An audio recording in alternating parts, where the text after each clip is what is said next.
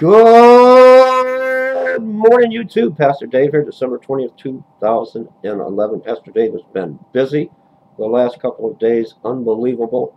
Haven't been able to put out a lot of videos. I had to get my coffee on the run this morning. Let me explain what happened. I had my oil changed on my old Jeep Saturday, and I got to work last night. And I noticed oil all over underneath the hood and on the ground.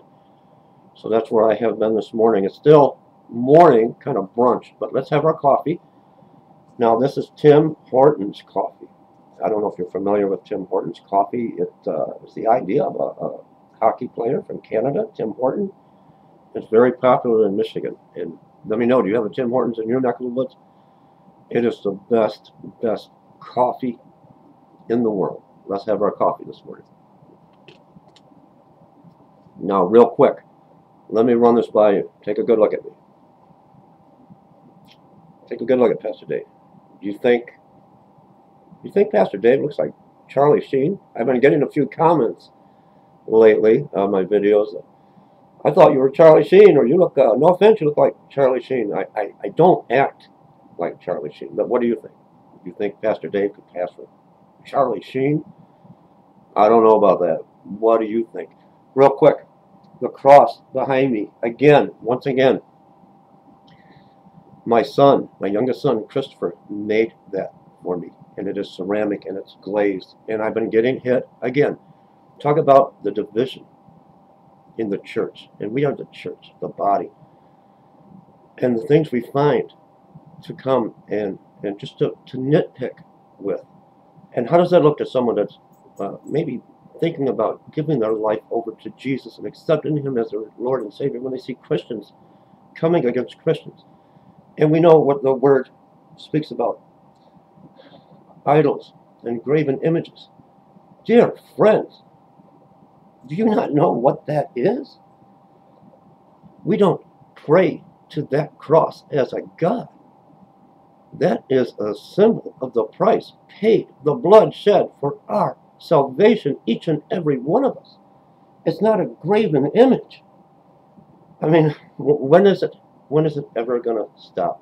I'm going to come back. Leave me comments on that. It's the cross. It's the symbol of our Savior, the price He paid. We don't look at the cross as a separate God. That was what was being spoken of by the living Word, by worshiping graven images as a God or the figure of a God.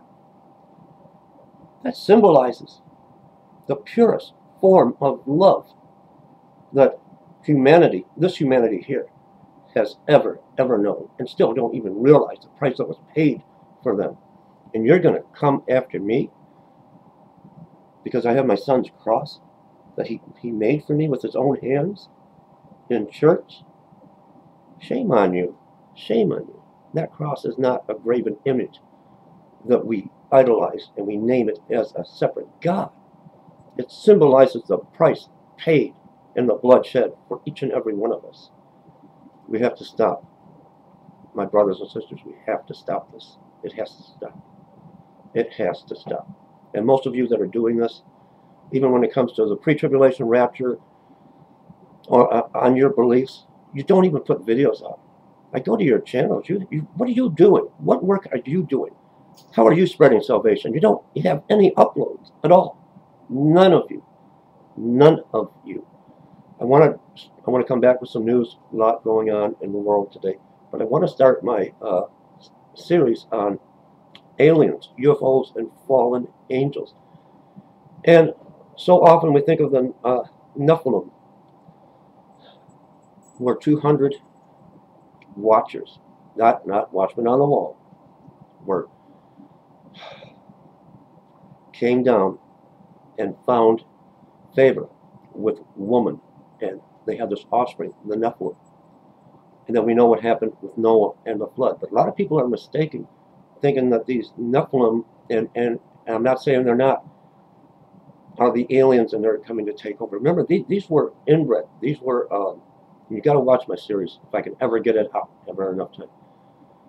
They were offspring of these angels, these fallen angels, 200 fallen angels. We're going to talk about that.